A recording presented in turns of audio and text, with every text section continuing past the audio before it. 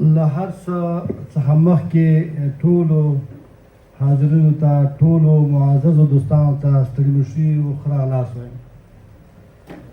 ستړي به شئ، په خیر راغلئ او باعزته خوشحاله اوسئ چې دا خپل قیمتي وخت مو موږ ته او دغه د دې خاورې د افغان ملت د سپېڅلي بچي ګیلمن شهید یاد غونډې ته او ترین ته وقف کړی دی او راغلي یې کور مو ودان خدای م ښه لره.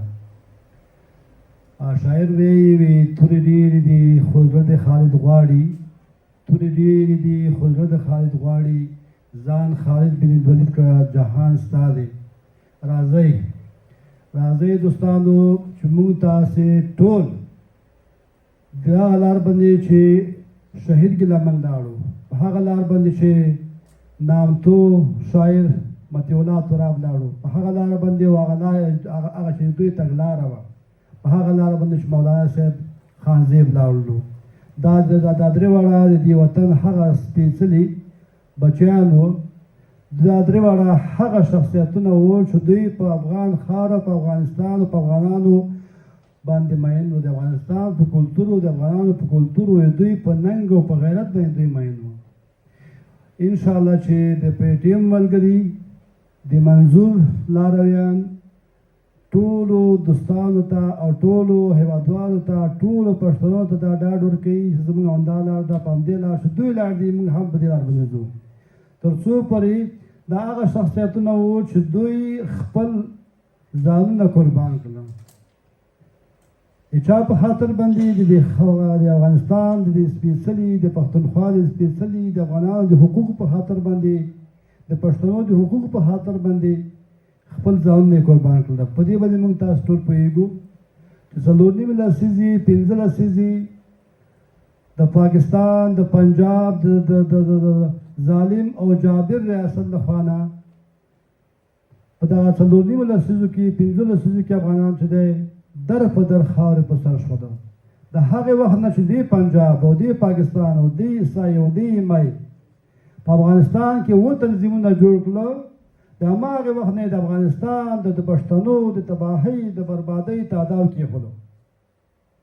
د هماغې وخت نه دوی د لاسه په افغانستان کې چې دا هېڅ افغان په امن، په عزت، په پت کې نه دی پاتې شوی.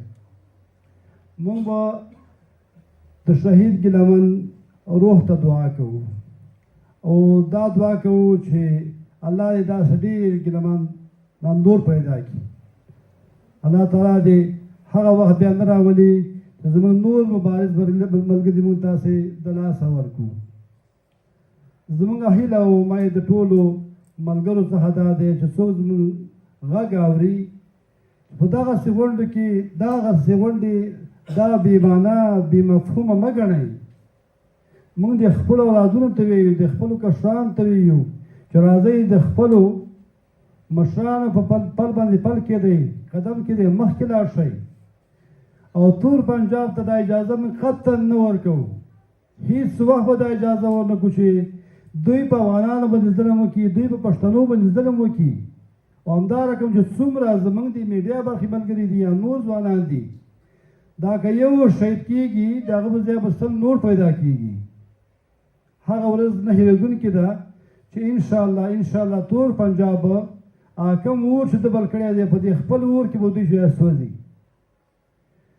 ځکه د پنجاب ریاست هغه مکار ریاست دی چې دوی هېڅ وخت د افغانانو په وینه باندې، د افغانانو په عزت باندې، د افغانانو په پت باندې، د افغانانو په ننګ باندې دوی سرپرده ده کړي. خو انشاءالله امید لرو چې دوی به په دغې شومو اهدافو کې هېڅ وخت کامیاب نه شي.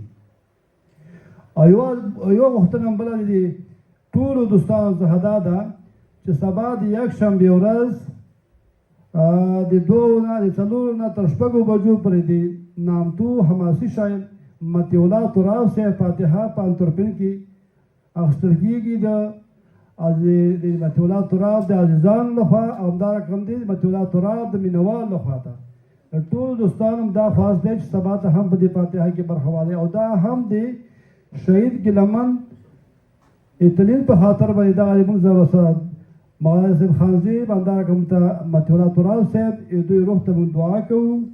الله تعالی دې باقي موږ د غمونو او مصیبتونو نه وساتي.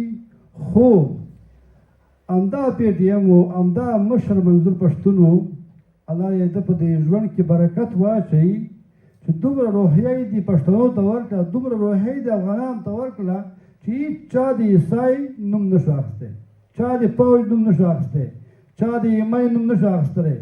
یوازې همدغه پی ټي ایم او همدغه د منظور پښتون قربانۍ وي، د هلې ځلې وي، د دې ملګرو هلې ځلې وي، قربانۍ وي چې اوس همدغه دی زمونږ نامي کسان ټول چې دی مثال بندیان دي په جنونو کې، د تور پنجاب په جنونو کې شپې ورځې سبا کوي. د دوی برکت و چې الحمدلله اوس هر یو پنجابي ته په سترګو ګوتې ورنه باسي، که یې فوجي وي، که یې می وي، که یې عیسای وي، که یې هر یو وي، په سترګو کې ګوتې ورنه باسي. دا یوازې دغه ویښتیا، دا یوازې مشر منظور پښتون او د پی ټي ایم ملګرو دغه څه وکړله. کله کله په یو نیم ځای کې مونږ ته خلک وایي تاسو څه وکړل، د غونډو نه تېر شئ. ولې تېر شو؟ دا زموږ لار ده، دا زموږ هدف دی. که مونږ ژوندي وو که مړه وو، دغه زموږ لار ده، مونږ مخکې ځو. که زموږ نه هر څه دا جابر ریاست شهیدان کړي، مونږ بیا هم دا زموږ لار ده او مخکې به ځو. خدای دې وکړي چې کومه زیاته رانۍ شوي او خدای هم با عزت لره، خوشحاله اوسئ چې راغلي یئ او بریم غواړم. مننه.